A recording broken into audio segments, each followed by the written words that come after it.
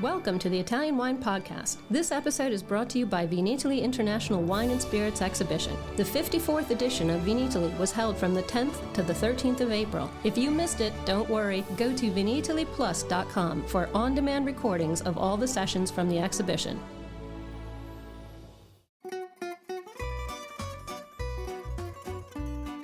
Welcome to Wine, Food and Travel with me, Marc Millon, on Italian Wine Podcast. Listen in as we journey to some of Italy's most beautiful places in the company of those who know them best, the families who grow grapes and make fabulous wines. Through their stories, we will learn not just about their wines, but also about their ways of life, the local and regional foods and specialities that pair naturally with their wines, and the most beautiful places to visit. We have a wonderful journey of discovery ahead of us, and I hope you will join me.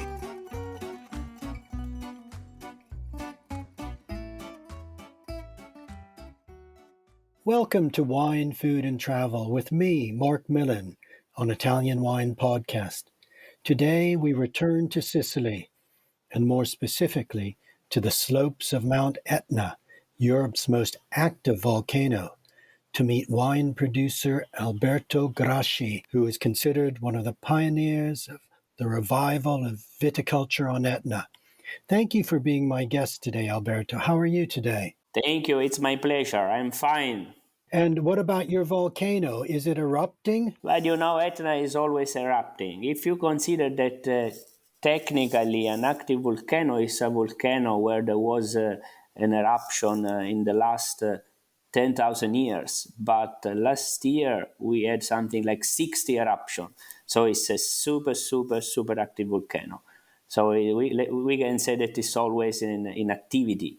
And someone said that this is the lucky part of Etna, no? Because it's all the energy goes out and avoid other possible disaster. Sure, yeah. I was with you in September and it was very active then. And I remember we came down off the volcano to Taormina. And of course, the streets and everything, it was just raining the black grit that falls on the slopes. So we had a real understanding, I think, of what it's like to live and work on a volcano where you've made your life. Yes, sometimes it's also a problem, no, for the daily life, like to move. Sometimes they close the airport, but we like to take the positive part of that. This is energy. This is, let's say, natural fertilizer for our soil, and this is unique. What we can say. Now, Alberto, you started your wine activity in, I think, 2004. Correct. So just 18 years ago. And in that short time, you've achieved an immense amount. Are you originally from Etna, and did your family already have vineyards here? I was born in Catania, and Catania is the Etna province, let's say. My family is from Sicily. My father from Catania, my mother from Agrigento, a beautiful place famous for the Greek temples. But my grandfather, he was a farmer, and he had a farm in the center of Sicily in another place. So I am from Sicily and deeply connected to the agriculture, let's say. But then you decided to transfer to Etna, and I guess in 2004, the state of viticulture was very different than what we're finding now. So it was quite a brave move. Yes, first I decided to go to study in Rome, we say the Eternal City. I studied business administration, economics, and then I went to work in Milan, which is the most financial city in Italy. To work in a bank. But then I wanted to come back to my roots, to Sicily and to agriculture, but with a new approach, with, let's say, a new point of view, because my grandfather, he was producing mainly cereals and also vineyard, but with a quantity approach, selling the wine in bulk. I decided to sell the farm there and to restart on Etna, because I was inspired by the great classic wines of the world, like traditional Barolo, wine from Burgundy, and I thought it was possible to make a great classic wine on Etna from Nerello. When I speak about the classic fine wine, I think about a wine that has everything in the glass, let's say the universe. So complexity, deepness, generosity, but without any excess, always maintaining the elegance and the finesse magically intact. So I thought that Etna, that is a place of paradox between hot and cold, between fire and ice, because it is a mountain, but it's an active volcano with the sun of Africa. I thought that Etna was a place to make a wine with this magic balance and able to express this magic paradox. Okay, so you went from being a banker in Milan to believing in planting vineyards or growing vines, finding ancient vineyards on this volcano. Now, Etna is one of the most ancient wine regions in Italy. They say that the vine was cultivated here centuries before Christ, that perhaps in Homer's Odyssey, the Cyclops Polyphemus grew vines on Etna that he tended, and when Odysseus came to meet the Cyclops on what most scholars believe was Etna. And viticulture continued over the centuries. Tell us a little bit about, maybe in the last century, the history of that vine and how it came to be lost and needed to be rediscovered. Yes, Etna is, of course, a place where viticulture is part of our blood, because it's so ancient, the activity of viticulture. But also it was always continuously practiced, because even in a very difficult moment and period, it never stopped. And of course, especially in the last 200 years, that we can focus our attention on this period, there was a period, because when we speak about a great zone of wine, there is also the market aspect. Because wine is a product that is made for people, for the market. And if we focus our attention on the last 2-3 centuries, at the end of 700, the 18th century, there was already a great international market of wine from Etna. There is a beautiful book from Sestini, who was a scientist, in the end of 700, that speak about this possibility and this vocation of Nerello to travel.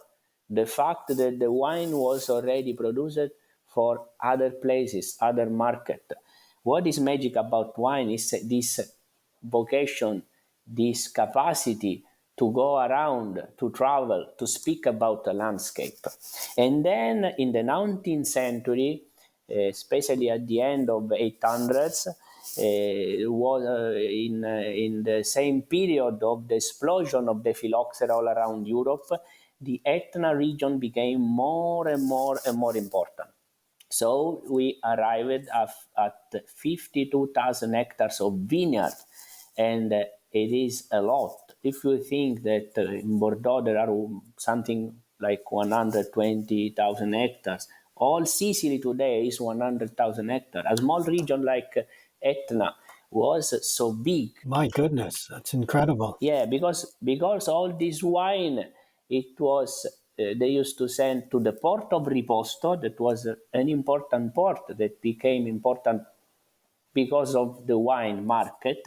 And through the port of Riposto, the Etna producer, they used to send this wine to Genoa, where the merchant, they used to sell the wine everywhere. So in South America, in Europe, because that in that period was more, let's say, convenient. And this was the practice, to use a wine from another zone to balance some, let's say, problems of the vintage, instead of doing the sugar addiction that was practiced later. that is also allowed in a lot of states of Europe, but not in Italy, because you know that in Italy is not allowed to add sugar in the wine.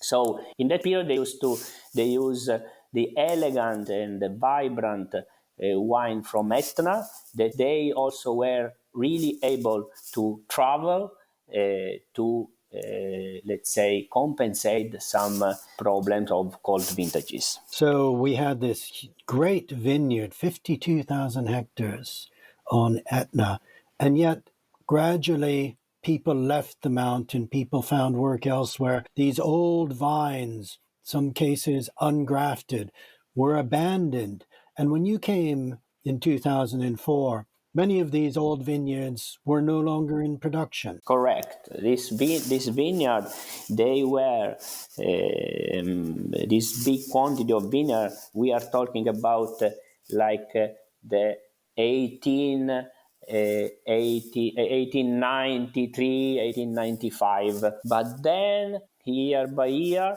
when it stopped this market of the blend, let's say, because with time the possibility to add sugar of the wine from other countries of Europe, and also the increasing of labor cost and let's say logistically approach that here in Sicily, it was not yet ready to make bottled wine, but the bottled wine is something more recent, also in other important zone of Italy, but also in France, the market of bulk wine was very important. So the increasing cost, the change of the market, and the reduced capacity of give value in terms of the market made this activity less sustainable, and a lot of vineyards they were abandoned. But what is really special is the fact that a lot of small, incredible and unique vineyards they survived, because the attention of the owner of this vineyard and let's say passion for this activity was what gave them the energy to cultivate the vineyard, always losing money or without any gain.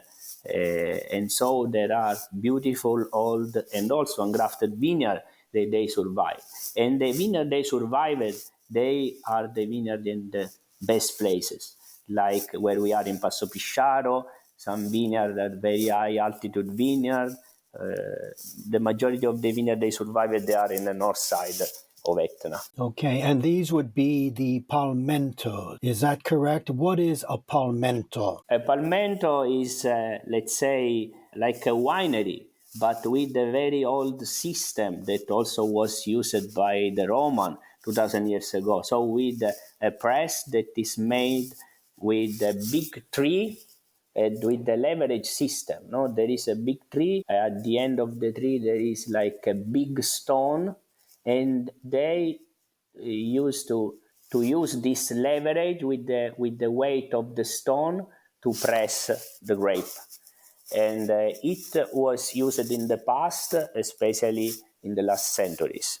Of course, now the production is a modern production, generally with the traditional respect, but trying to make elegant, vibrant, and let's say wine with integrity and purity. So, Alberto, what makes the Etna wine region completely unique and unlike any other in the world, able to produce wines that can express themselves with this power and elegance? So, I think that there are three very important characters that they make Etna so unique in the world. So one of these is of the most evident probably is the fact that we are in an active volcano, because that we always talk about volcanic wine, but when we speak about volcanic wine, we also speak about a lot of time region that they have soil with volcanic origin. but it is not from a super active volcano like Etna. So Etna is a place, as I already was talking about, that is super active with a lot of eruption, explosive eruption every year. So it means that this black ash that we have exploded from the volcano with the lapilli, with the small stone, it goes on the top of the soil. So the soil is, of course, partially is a soil with the period that is related to the geological region of lava flow, but part of the top of the soil is contemporary. So it's incredible to the idea to make wine in where a part of the soil is contemporary. So it's not from 1,000 years ago or of 10,000 or 100,000 years ago, but it's from yesterday or today. So this is unique. So it is something that influences the exchange capacity of the soil, the texture of the soil, and every aspect of the soil. And this is the, let's say, soil aspect. And a lot of time we ask to ourselves, what is important, the soil or the weather? But of course, the weather is probably the most important thing for a vineyard, but the soil make also the climate identity of a place, because influence also the weather, the soil. So the soil is very important. So first, the volcanic soil. Second, of course, the paradox between hot and cold. So we have the sun of Sicily, and because of that we can cultivate the vineyard at a very, very high altitude vineyard. So this incredible weather with a great variation between day and night, sometimes also 25 degrees Celsius or more, or variation between day and night.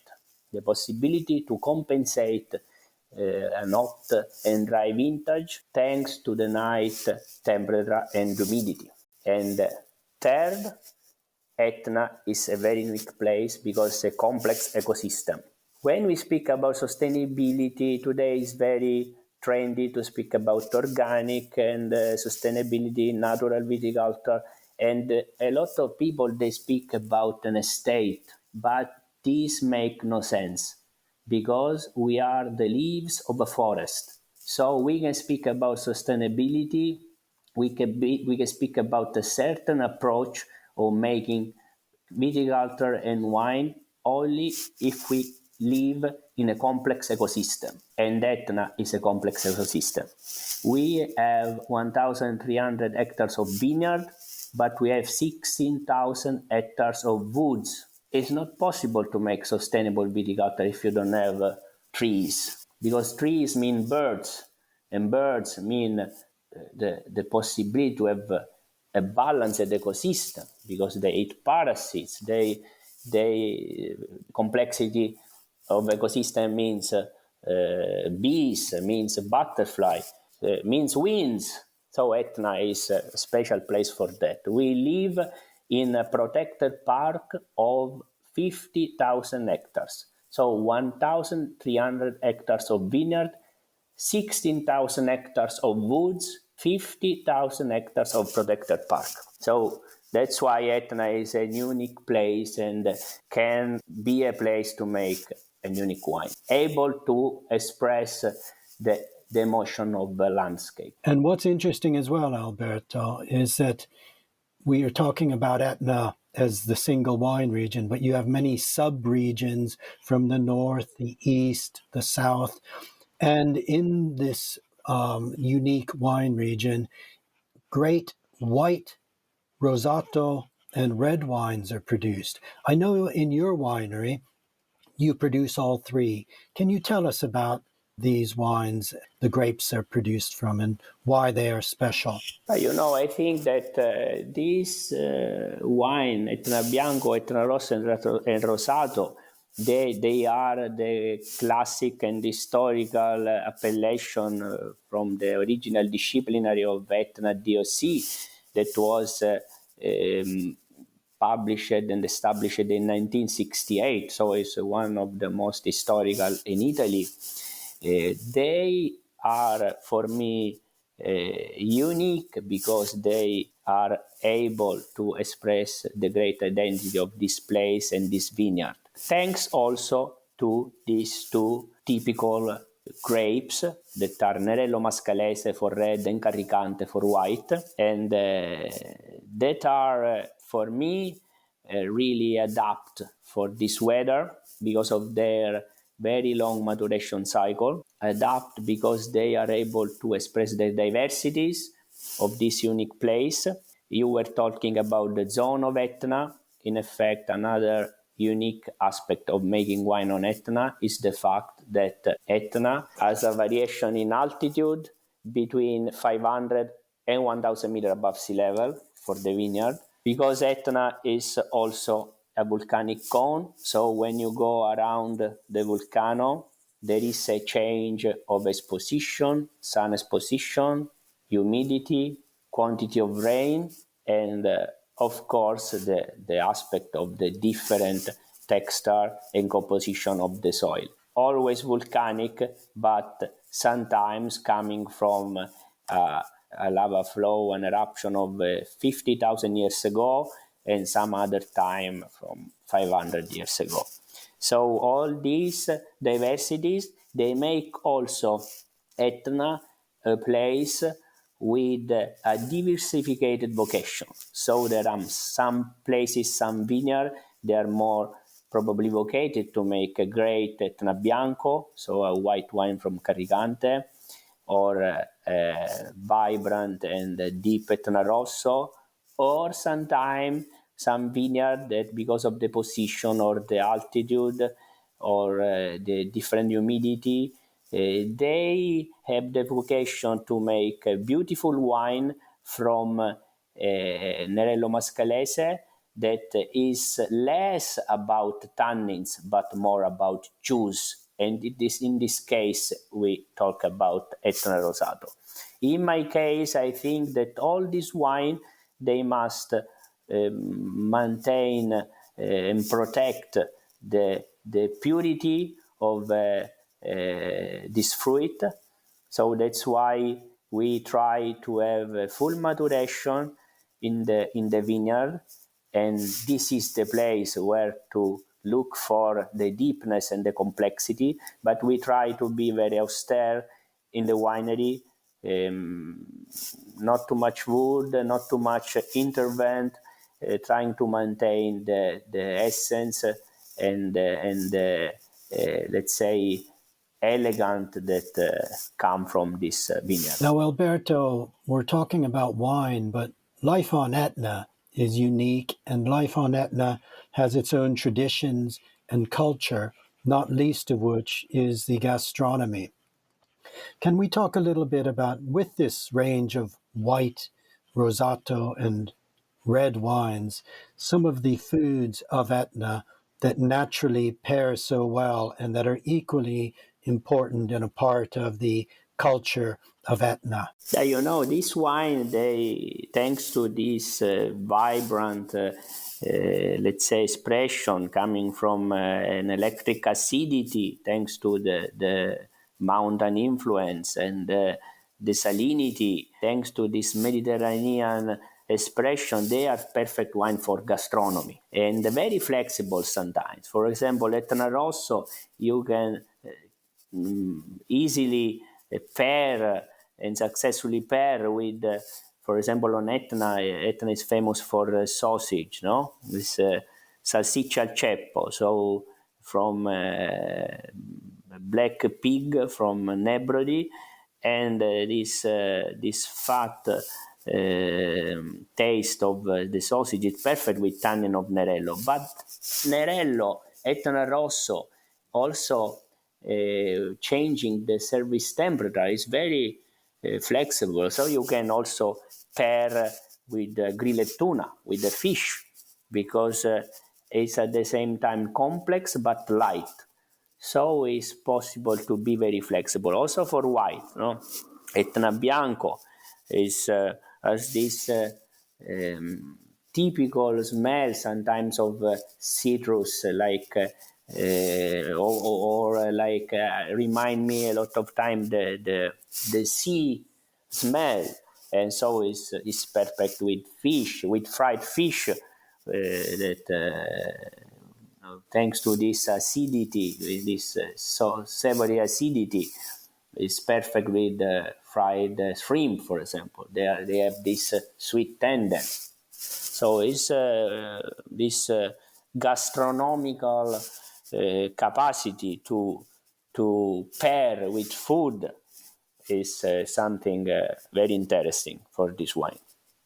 Well, Alberto, it's a fascinating story you've shared with us, how in such a short period of time, in your case, less than 20 years, you have been able to revive viticulture in this ancient wineland, in this land that is one of the oldest in Italy for the vocation of growing grapes. And yet, for wine lovers, it's also one of the most exciting to discover, because 25 years ago, there were very few bottles of good Etna wine on the market. And now other producers have come. Etna wine is finding its way around the world. At tastings, it is ranking with the great wines like Barolo and Brunello. I was at a very interesting tasting with you in Taormina Gourmet with the blind tasting of Etna Rosso, Barolo, and Brunello di Montalcino. That was fascinating to see the levels that Etna wines are rightfully taking now. So it's a very exciting region. It's been a real pleasure meeting you today and talking and learning about what makes Etna so special and about life on this volcano. So thank you very much for being my guest today, and my very best wishes to your work continuing on the volcano, and I hope to see you soon. Thank you, Mark. It was a great pleasure for me. And a few words about Etna. I think that the most incredible way to understand Etna and Etna wine and to fall in love with Etna is to come here.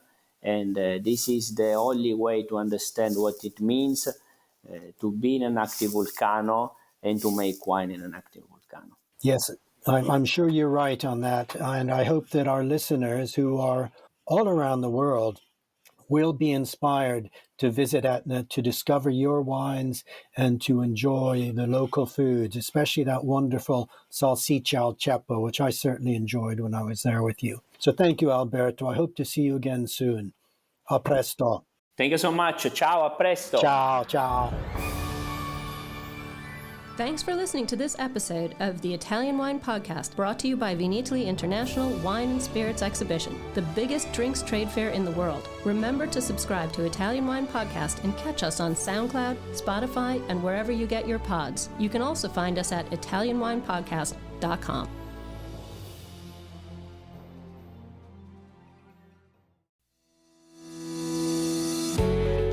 Hi guys, I'm Joy Livingston and I am the producer of the Italian Wine Podcast. Thank you for listening. We are the only wine podcast that has been doing a daily show since the pandemic began. This is a labor of love and we are committed to bringing you free content every day. Of course, this takes time and effort, not to mention the cost of equipment, production, and editing. We would be grateful for your donations, suggestions, requests, and ideas. For more information on how to get in touch, go to ItalianWinePodcast.com.